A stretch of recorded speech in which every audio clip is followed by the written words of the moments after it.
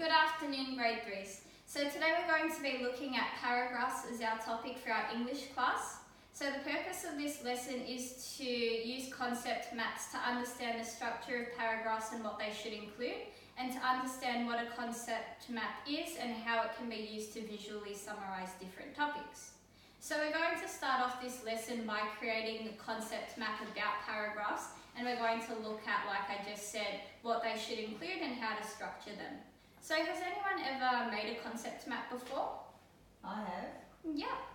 Are you able to explain what a concept map is in your own words? So there's a topic in the middle with a circle around it. Yeah. And it has different arrows coming out and explaining what the topic's about. Yeah, that's right. So it's basically a picture or a diagram of a topic, and we can see what it's all about and what different components there are of it and make connections to other topics. So we're going to be making a concept map for paragraphs. So I'm just going to write that in the middle here.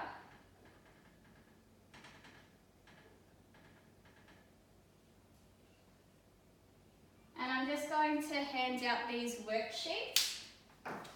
So I've already made a template for a concept map. So it has the topic written here in the bubble and some arrows pointing out.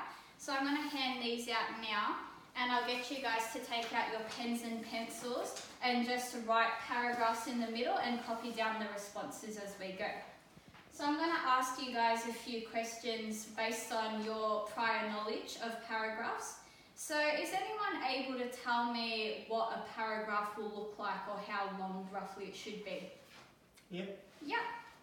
Paragraph usually consists of about 4 or 5 sentences. Yeah, so on average, most paragraphs will consist of about 4 or 5 sentences, but they can change depending on what you're talking about or vary in length. There are no real rules, but 4 to 5 sentences is definitely a good base to start. Okay, anyone else know anything about paragraphs? Yep. It has to flow and relate to the topic. Yeah, that's true. So there needs to be some form of sequence to our paragraph. So we can't be talking about one thing here and then jumping to this and coming back. It needs to have some form of flow or sequence. That's great, thank you. Yeah, just make sure you guys are copying these down on your worksheets, guys. So does anyone know anything about the structure of a paragraph? What acronym we can use? We were talking about it in our previous lesson. Starts with the T. Yeah? Teal. Teal. Perfect. Thank you for that. Alright, so T-E-E-L. Are you able to tell me what each of these letters stands for? Yeah, so T is for topic, the topic sentence. Yeah. And your E is explanation.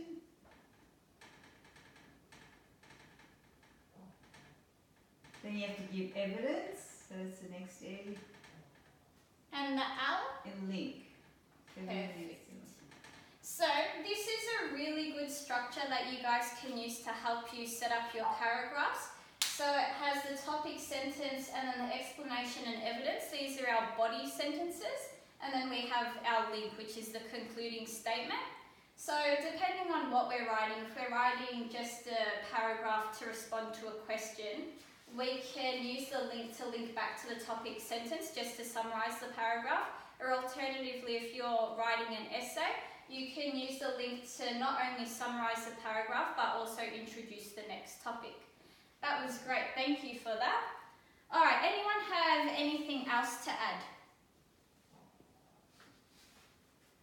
Yeah. Paragraphs shouldn't be too long. Yeah, that's true. So a paragraph should be brief, I would say. So obviously you need to get to the point, but you don't want to be talking too much and waffling on, because a person should be able to pick up your paragraph and they should be able to read it and clearly understand what your main point is and what you're trying to get across. So depending on what sort of essay, that might be your viewpoint on a different topic or situation. Or so they should be brief. Thank you for that. Anything else that anyone would like to add? Yep. They always have a main point. Yes, that's definitely true. So every paragraph we write should have a main point. We should have some form of focus.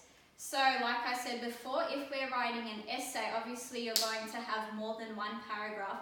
And in that essay, the paragraphs shouldn't be repeating each other. They should support one another, but they should each have a different main point. Excellent observation, thank you. All right, ask you guys, can you think of some examples of where you've seen different types of paragraphs before? Books, newspapers. Yeah, books, newspapers, Magazines. Even poems maybe? So there are lots of different types of paragraphs, and as we mentioned before, they would vary in length and also structure. Not all of them will use teal, although that's a great starting point depending on what kind of paragraph you're writing. For example, if you're writing a poem or a small paragraph for a newspaper article, you might not necessarily follow these. But yeah, they're definitely different forms of paragraphs and different sources. Alright, so in summary, paragraphs have some form of flow or sequence. They need to make sense. They should each have a main point. On average, should consist of 4 to 5 sentences, but like I said before, there's no rule there. It can be more or less depending on what you're talking about and the context. We can definitely follow this structure, so have our topic sentence to introduce what we're talking about, explain a little bit about it, provide some evidence to support it. So for example, that could be a quote from a book or a statistic, and then you need to link it back either to the topic sentence or to our next paragraph, depending on what you're writing. Alright, and there are different sources, and it's good to keep them sort of brief, not waffle on too much. Alright guys, so what did everyone think about using concept maps as a form of summarising different areas or topics? Yeah? I think they're really easy to read and understand. Yeah. So you liked constructing them? Yeah, I really like it. Yeah, they're definitely great because they're, like you just said, they're easy to understand, they're quick to construct. Also, you can construct them individually or collaboratively, so with the help of others like we're doing right now.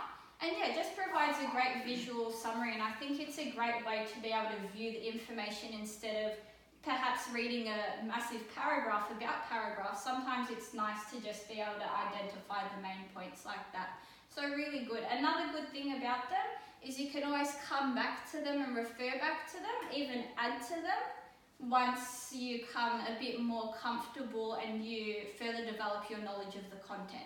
So as you enhance your understanding, you can further develop your concept map. Alright, thanks for that guys. So now we're going to be practicing writing our own paragraphs for our next activity. So can anyone think of a topic that maybe we could practice writing one on? Just horses or? Horses, yeah.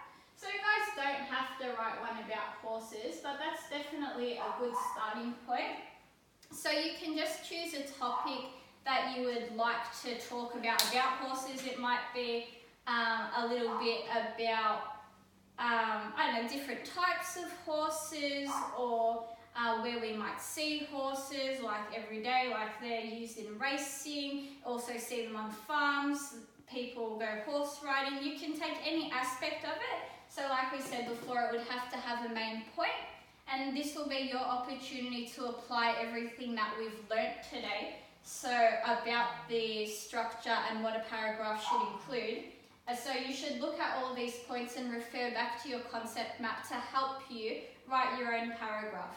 Now I know that not everyone will feel very confident writing paragraphs, but that's fine. You'll get more comfortable with it over time. But that's my job. I'm here to help you guys, so I'll be walking around the room and asking you if you have any questions, and here to support you. So definitely try and follow teal as a start base, because that will definitely help you keep on topic and allow you to address your main points. And then again, like I said, you won't be waffling on too much. So if everyone could get their books out, keep your concept maps handy so you can refer back to them and you can start writing a little bit about your paragraphs. Okay? So So I'll give you each a pen. And does anyone have any questions so far? All right, you may begin. Thank you. Thank you. You.